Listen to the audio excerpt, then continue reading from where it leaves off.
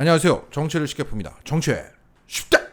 윤석열 정부가 국회에 제출한 내년 예산안을 보면 민생 예산은 삭감되고 있는 가운데 대통령실 이전 예산은 당초 496억에서 1조 원으로 늘어나 있습니다. 초등생 임산부에 대한 과일 농산물 지원, 미수가 지원, 돌봄 사업, 지역 화폐, 제주 해녀, 공공 와이파이, 경로당 냉난 방비, 양곡비 지원, K방산 기술 개발, 재생에너지 예산, 기상청 예산, 일본 수출 규제 대비 소부장 예산, 후쿠시마 오염수 대응 예산, 청년 일자리, 벤처기업 지원, 에너지 복지 예산, 장애인 권리 예산, 이것들이 다 삭감되었는데 늘어난 것은 대통령실 이전 비용뿐입니다. 윤석열이 청와대만 그냥 들어갔어도 이 예산들은 대부분 삭감되지 않았습니다. 최근 민주당은 대통령실 이전 비용으로 1조 794억이 들어갈 것으로 추산했습니다.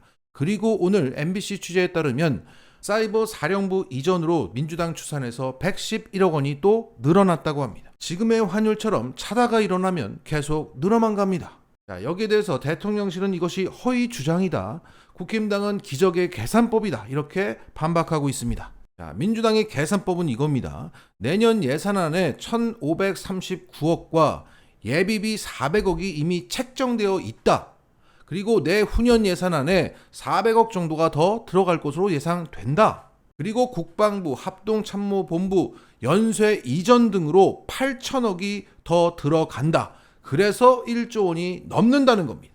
그러니까 윤석열이 최초 말했던 496억 원을 훨씬 넘는 1,539억 플러스 예비비 400억, 그래서 2천억을 윤석열 정부가 국회한테 승인해 주세요라고 신청을 해놓은 상태입니다. 자신이 최초 발표한 것보다 4배가 넘는 금액을 달라고 했으면 죄송합니다.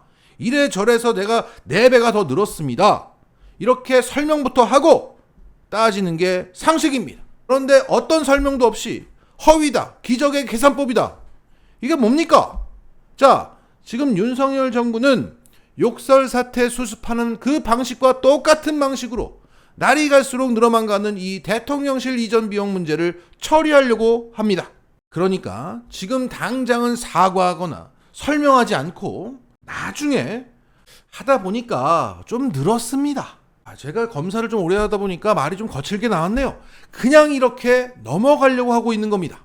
한마디로 대통령실 이전 비용을 다른 예산안에 녹이려고 하는 겁니다.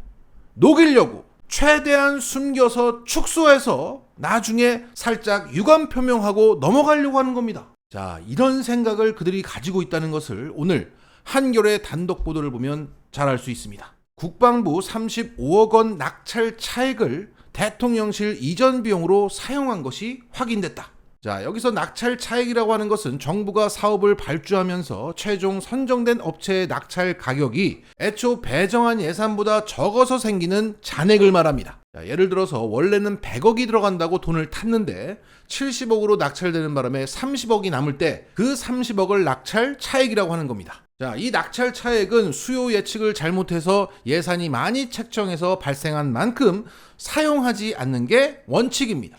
천재지변 등의 특별한 사유가 아니면 다른 사업에도 쓰면 안 되게 되어 있습니다.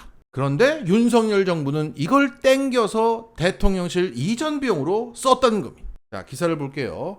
국방부는 앞서 대통령실의 국방부 청사 이전에 따른 긴급 이전에 필요한 예산에 병영생활관 예산 등 애초 다른 목적으로 편성된 예산 143억 원을 당겨 쓴 사실이 드러났다. 그러니까 특정 정부 부처가 애초에 다른 목적의 예산을 넉넉하게 잡아서 기재부에 올립니다. 그러면 기재부가 오케이 합니다. 그래서 큰 낙찰 차액을 만듭니다. 그걸 대통령 이전 비용으로 쓴다. 이 짓을 지금 하고 있다. 자, 이것을 지적한 민주당 의원은 이렇게 말했습니다. 대통령실 이전 비용에 대한 국민들의 비난이 날로 거세지다 보니 어떻게 해서든 비용을 감추려고 꼼수를 부린 것이 탄로난 것이다. 이번 국방부 낙찰 차액 사용을 단서로 대통령실 이전 비용을 사용한 부처들의 낙찰 차액 사용 출처를 꼼꼼히 점검해야 한다. 자, 앞서 민주당은 그 연쇄 이전으로 인해서 8천억을 예상했는데 그 예산을 이렇게 녹이면 겉으로는 대통령실 이전 예산이 대폭 축소가 되는 겁니다. 이렇게 해놓고 윤석열은 나란 일을 좀 하다 보니까 좀 늘었습니다. 이렇게 하면서 그로 인해 삭감된 민생 예산에 대한 비판을 피하려고 하고 있는 겁니다. 대통령 인성이 양아치니까 정부 전체가 양아치짓을 하고 있는 거예요. 인격이 국격이 됩니다. 자, 정리하겠습니다. 당당하지 못한 새끼.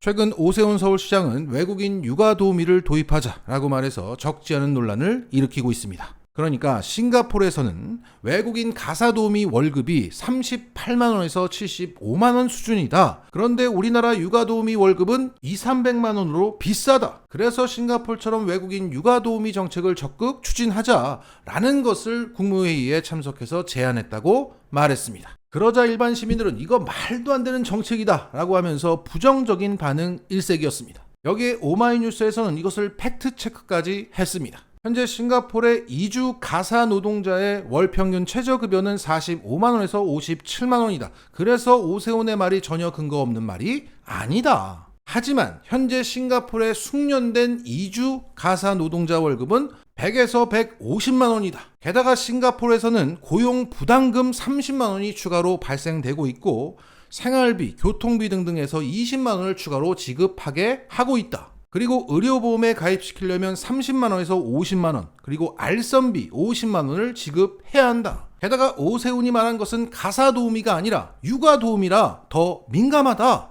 제대로 된 외국인들을 제대로 데려다 쓰려면 배보다 배꼽이 더 크다. 때문에 오세훈이 말한 38만 원에서 75만 원은 사실이 아니다. 차라리 우리나라 육아 도우미에게 월 200~300만 원을 주는 게 낫다고 팩트체크 했습니다. 자, 제가 말씀드리고 싶은 것은 오세훈이 민생정책을 또 성급하게 추진하다가 지금 뭐 헛발질했다 이 정도가 아니라 좀 더 근본적인 얘기를 하고 싶습니다. 최근 원희룡도 이런 비슷한 헛소리를 했습니다. 아파트 주차장을 외부 개방하자. 왜? 모빌리티 사업, 그러니까 심야택시 주차 서비스 등 그 모빌리티 사업 육성을 위해서 사유지인 전국의 아파트 주차장을 24시간 완전 개방하자는 정책을 발표했습니다. 그래서 오늘 정부 여당 인사들이 모인 당정협의회에서도 이게 논의가 되었습니다. 자, 딱 봐도 아닌데 이들은 합니다. 지나가는 사람 아무나 붙잡고 물어만 봐도 이게 얼마나 멍청한 민생정책인지 알 텐데도 국무회의에 가서 제안하고 당정협의회에서 이것을 논의합니다. 자, 오세훈과 원희룡은 느낌이 비슷하잖아요. 저는 이들을 뺀질일 거라고 부르는데 이들의 종특은 업자하고 친합니다. 모빌리티 업자, 세빛 둥둥섬 업자, 관람차 업자. 그러니까 오세훈이가 최근에 한강에 관람차를 세우겠답니다. 그리고 간판 업자. 그 옛날에 그 디자인 서울에서 간판 싹 바꿨잖아요. 그리고 자가검사 키트 업자. 그런 업자들이 와서 그림을 막 그립니다. 그러면 이 뺀질이들은 맞아! 바로 그거야! 내가 원하던 거야! 김 사장! 가자! 흥분을 합니다. 그래서 갑니다. 딱 봐도 아닌데 추진합니다. 뭐 이들에게 뭐 뒷돈을 받았다는 것은 뭐 확인이 안 되는 문제니까 그건 말씀드리지 못하고 이번에 오세훈이 싱가포르 업자에게 제대로 꽂힌 것으로 보입니다. 그 한강에 관람차 세우겠다는 것도 싱가포르 가서 그 관람차를 보고 와서 추진하고 있는 거예요. 그 계기로 만났던 싱가포르 업자가 오세훈에게 싱가포르 이 가사도움이 싸다는 얘기를 했던 겁니다.